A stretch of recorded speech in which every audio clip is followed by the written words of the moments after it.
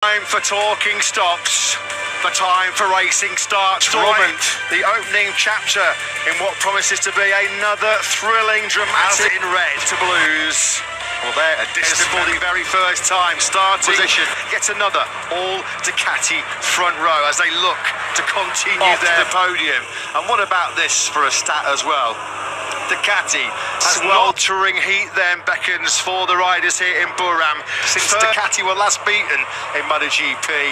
What can the likes of Jack Miller won the Catalan Grand Prix sprint, and that was only because turn 3 dumped him on the back of the third row in 9th. He's always a fast starter. He'll be aggressive, firing from row 3 in 7th place as he is about to create history and be the first for an unforgettable moment for our front row starters, the Marquez brothers and Pecco Bagnaia. 93 versus in MotoGP. 63. We're all set to go.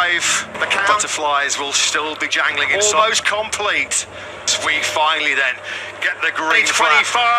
It's lights out and we're racing in the sprint here. Marquez, Pecco Bagnaia aggressive on the inside of Alex Marquez, immediately clear the chasing back into turn 3, and Bagnaia slipped back to 3rd spot. He's already got 1 place from 5th to 4th. He's down to riders into turn 1 to move up to 4th. The rider who had an absolute stinker off the line. 19th place. He's already lost 10 places. That's more than he goes in for Bez. Yeah, he lit up the rear tyre and there was a rider behind him. I think Work out for the Italian. Briefly through he was on Iagura. Yeah, but second. If anything, Bagnaia's got his hands full with the rookie Agura. This is what Alex Marquez and Pecco Bagnaia would have feared. He's down to 13th. Marquez already putting some. He's got the pace. He's got the potential to start breaking away here. What a first lap in MotoGP. Marquez.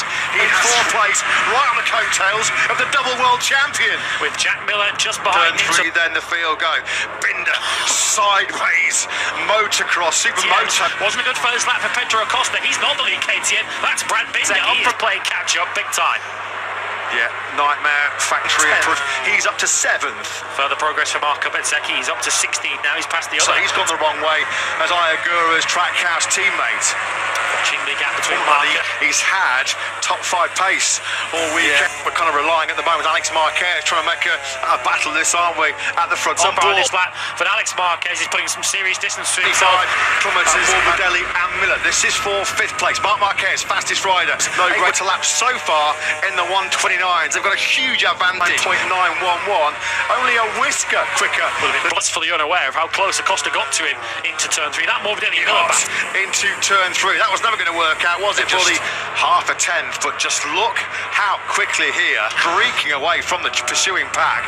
Pecco Bagnaia has now dropped to 2nd behind John Miller into turn number 12 to take that 5th place. There you can see the sees it as Pedro Acosta is now having a look at Brad Binder, outbreaking Binder though as they tall sensational rookie Iagura, who is all over the rear tyre of the factory Ducati. They go side by side, elbow to elbow. Now is Brad Binder as he goes up the inside into the previous lap of the Marquez brothers. Iagura, what an introduction. Quattro's Yamaha up ahead. Marquez strong. This time Acosta has got it done, but the KTMs at the moment battling. Already done and dusted as far as the 913. His advantage now stretched to over 3/4. Close enough to show Bagnaia his front wheel into turn 12, although his second sprint success. The advantage.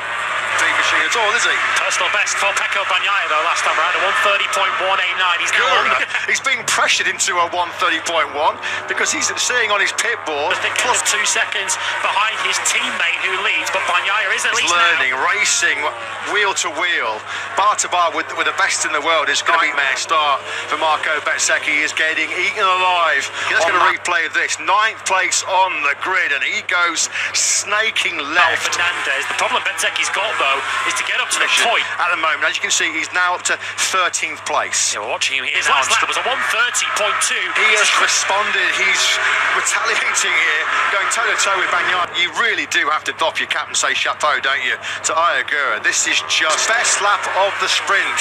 That was slightly faster. Imagine how he must be feeling now. Bagnaia in round one. Well, they asked him yesterday afternoon, was the goal to get into qualifying 2, which he achieved. Showing the class that we know he has got. The rookie. Dangerous, slipping over a second behind the 93, which is looking so comfortable. I'm sure you'll hear Agura's pretty behind him, just knows that he is right on his case. The first lap of FP1 yesterday morning, as Marc Marquez, he said he put a foot wrong all weekend. It looks like being able to his pole position earlier on today. Yeah, 30.1. All his problems with Frankie Morbidelli at the end of yesterday's practice session. It's going to be interesting to keep an eye on the left-hand side of your screen. It has now just edged over down. Miller on the floor. Miller, who was running in the points, up in 6th place. Unfortunately, leads by just over 1.2 seconds against his brother Alex. Between one of the most experienced riders in MotoGP and a flat-out rookie. And Agura. Bagnaia on that previous lap was faster than Agura. Distance, of course, in this Saturday battle. 13 laps is better in the second half of the lap for sure than he is in the first half of it. No signs of Agura actually slacking off the pace at all. Yeah, a lot of rookies, they just rest on that second place because Bagnaia will already know, even at this early stage of the hanging year. In there. Quattarara's got his hands full there. He ran wide, looked like he might have just lost the front there on the way into turn. Just taken that 9th actually from fellow Honda rider Johan Zarco. Yeah, don't forget, Mia lost a lot of time inside the top 6, still in the point scoring places further back. Mia's done a good job there to get himself back into the point. Track now is the former world champion Pecco Bagnaia. As far as number 36 is concerned, in 34 previous sprints, he has scored in just one. Some relative breathing space between himself and Agura. That breathing space is half a turn 4. Something happened to Marco Bezzecchi there. He suddenly dropped back a few more places. Ralph Fernandez, though, ganging up behind him as we see them that group further up the road in 8th place. Sonio is sniffing some points as he goes at the inside of Johan Zarco, not for very long. Yeah, at the moment in the hands of me. I don't think he's going to be able to get back on par. Marquez maybe having a little bit of a second wind on this lap. Mr. Gian Antonio dives bombed Zarco. He does finally make that through. Does the fast turn 12, and all the hard work he'd done on this lap has been undone. He's back behind Ralph. Turn 11, that was a big scare before he slips back on circuit behind Ralph Fernandez. There's rookie Fermi. 4 to go, and the fairy tale well and truly on course. Is a dominant, a runaway sprint leader here in Buriram. It's Marc Marquez winning Saturday as a factory Ducati rider. Find out from Marquez in Thailand, a pole and sprint Saturday. Got such a good package underneath him. He doesn't need to take massive risks. He's just keeping that full chatter. Is this Marc Marquez just doing what he Agura is fading now. He's back in the high 130s over Alex Marquez, who likewise is just keeping Pecco Bagnaia at arm's length. Because Marc Marquez might be your pole sitter, having really pushed and pressured world champion. Agura was going to be rider of the day. 5th on the grid. That sort of gap's hovering around a second, 1.1, 1.2, isn't it now? Bagnaia. At the moment, it looks like Papa Marquez and Martin, unfortunately, sat recovering at home in number 1. So we're looking forward to the Martin charge when he's back on that RSGP. Before speedy recovery, Jorge, MotoGP misses you. 5 still in the 130s, which just again emphasises the job that Agura. Antonio is now slowing down with 3 laps to go. His sprint looked like it's over. Backwards are all well into the 131s, and in the case of some, in the 132. 18 days out of between Agura and the rest of his rivals in MotoGP. You feel the work and all the effort has come to nothing as the Gian Antonio has to park before the podium. But to have run Bagnaia so close for as long as he did by the number 79. As Lewis mentioned, it just looks behind. Pretty bizarre. Ralph Fernandez is in 11th place. To have the upper hand in that trackhouse garage, he's expected to. That says enough about the level that Agura is riding at today. This will sting opening weekend. Into the final corner we go there. Marc Marquez with a gold medal around his neck. The first 12 of 814. Really high ground. And you have to say, he's made this look like a walk in the park from the second after 2 or 3 laps, and he's just managed it from there. Before this sprint began, Marc Marquez has not led the MotoGP firmly under control.